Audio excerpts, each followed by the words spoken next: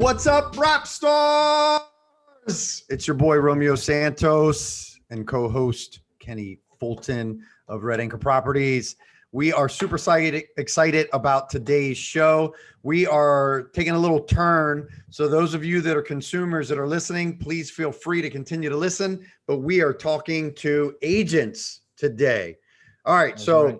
what we want to talk about is some disciplines that we use in our business that help to make sure that our business is booming, or at least we're tracking towards a booming business. So what we're going to do is we're going to go down through these, and then I want us to talk about how it is that we implement these disciplines in our business. You ready, Kenny?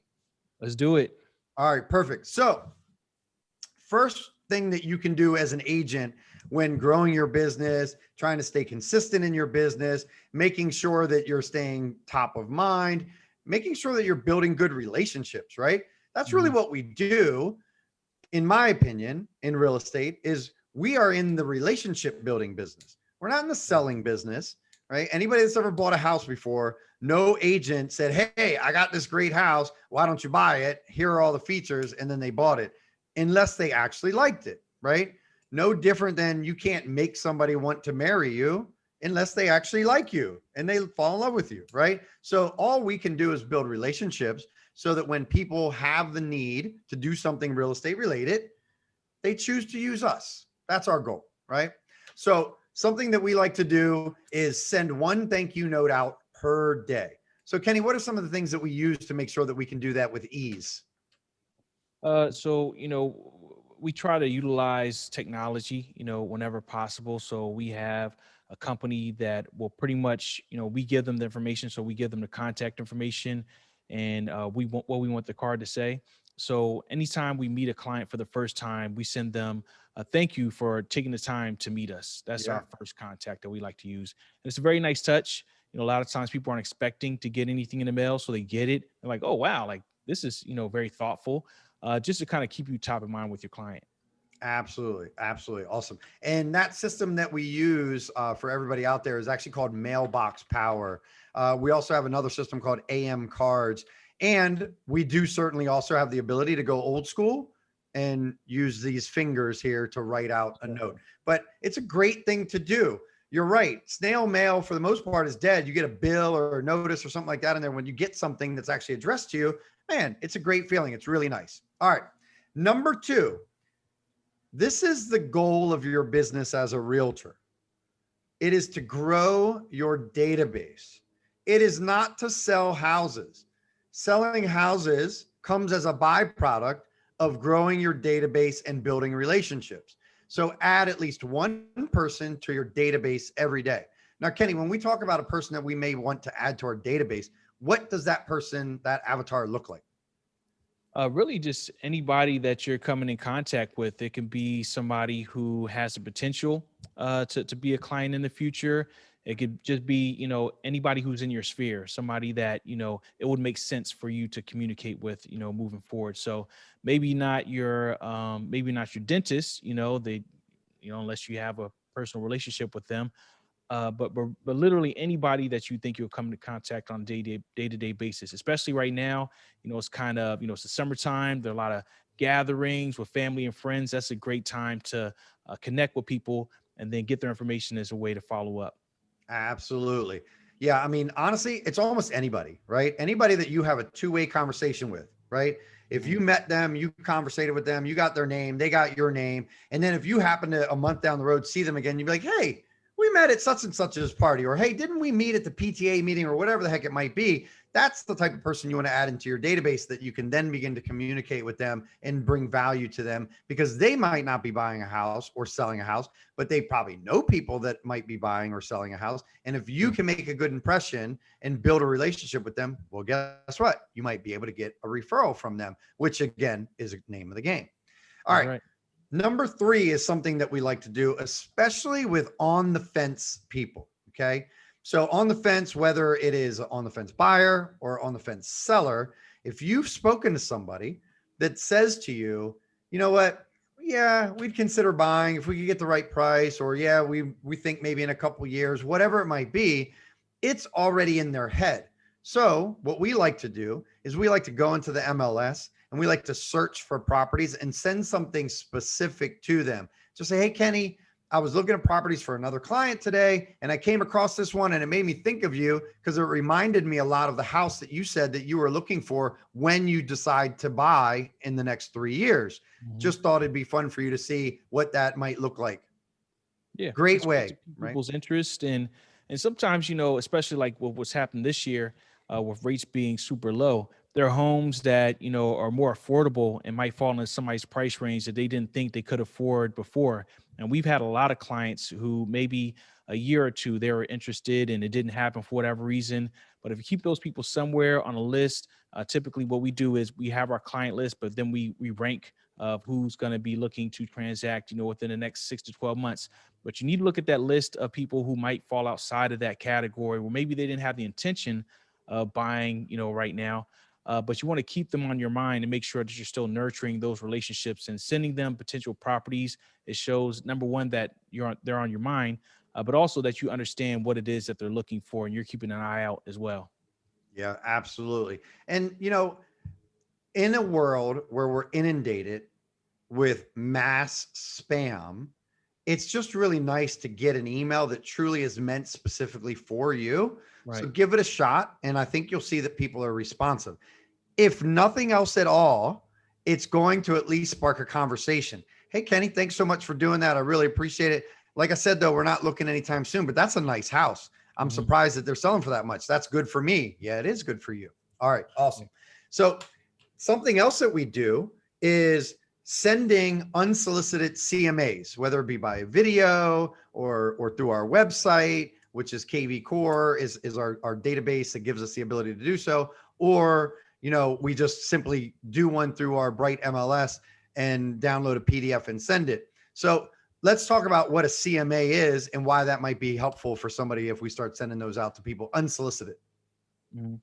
Well, the CMA is your comparative market analysis. Is that Yeah, right? I get that right? All that's right. right. So that's actually a really fun one to do, because it's not an appraisal, right? So this is just your agents, or we're talking agents. It's an agent's opinion of where this home could be priced at.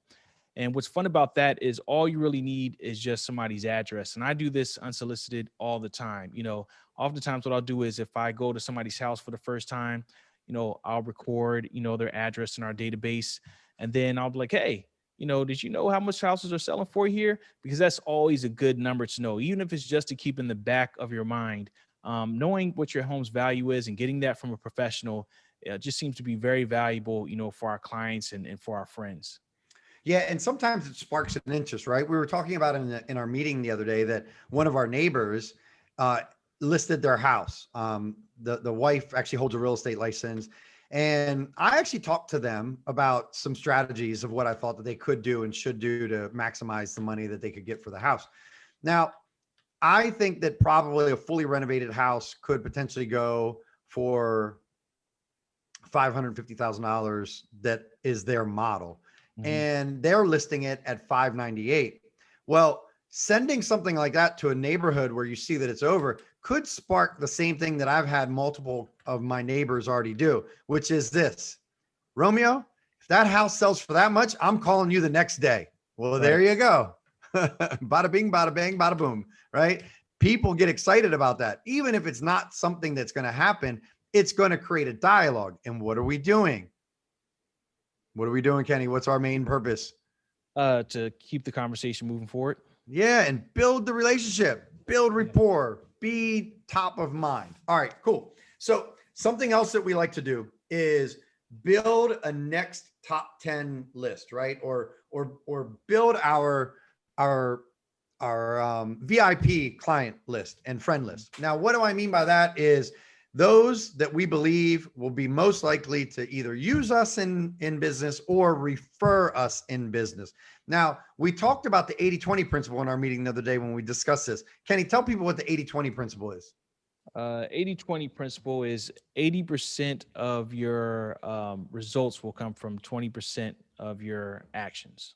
Correct. Or just 80% of all results come from 20% of something. Absolutely. So a tiny little portion generates a major portion of whatever it is you're trying to do, right? So the 80-20 principle, if we put that into our database, which is what we're growing, if you take 100 people in your database and you have 20 of them that you think would be your raving fans, dote on those people, communicate with them more frequently, make sure that they feel the love, make sure that they know what you're doing, because those people are going to help generate 80% of your referrals.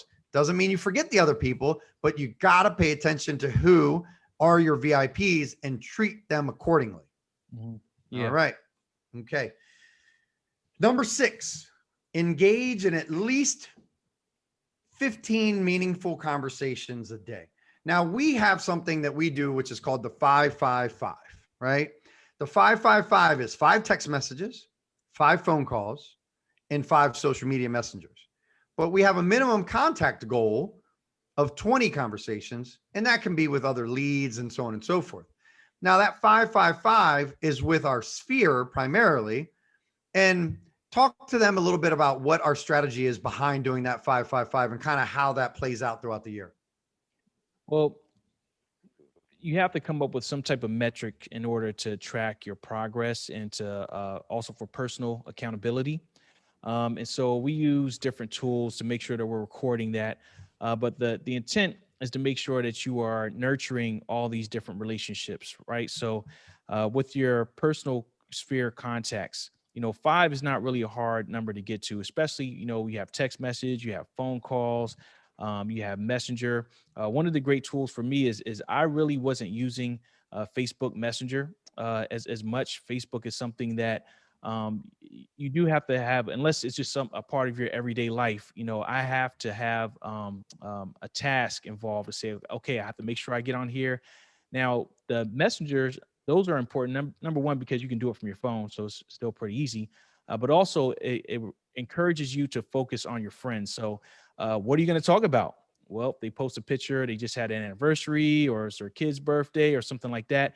It helps you to focus, to be involved, and not just to have a conversation for the sake of having a conversation, but also to show that you actually do care about what's going on in their life, right? Because you do. Now, with the text messages, typically through text, what I try to do is make sure that I'm making my way through my context. So we have KV Core. We want to make sure that we're keeping track of dates. So I'm not talking to the same 5 people every day. I'm making sure that I have some type of a touch point with each person in my database, at least at a minimum each quarter. But if it's somebody who's closer, making sure that I'm talking to them monthly or weekly or whatever it is. So the 5-5-5 is helpful because it puts a metric behind it, but also make sure that you're not just focusing on one aspect of your personal life, and that some people, you may only have connections with them through Facebook. Some people, you may only have connections with them through, cell or through text. So it really helps you to make sure you're tackling each area.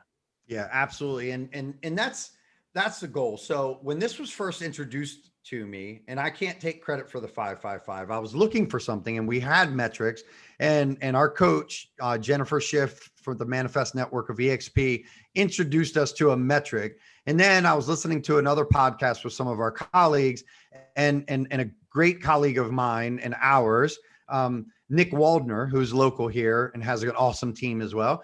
He called it the 5-5-5. And I went, oh my God, that's it. And he broke it down. And so the goal is you have 5 text messages a day, 5 calls a day, and 5 social media messengers a day. Well, then those people you put into what is number 7, routinely add systems to your business. So the system we added for this is that every month you do the different things. So we're talking to people once a month through a different medium. They never feel like they're being bombarded.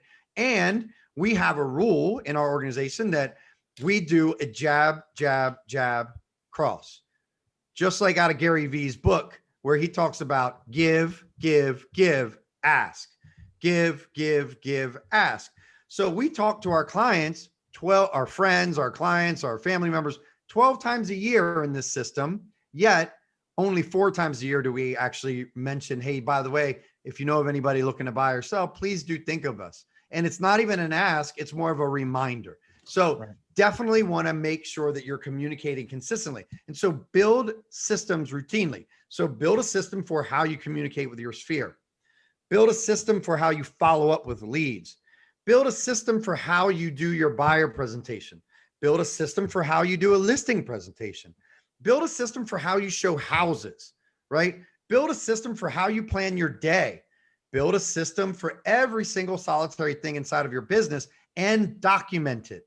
Those things are going to help you. I heard a really great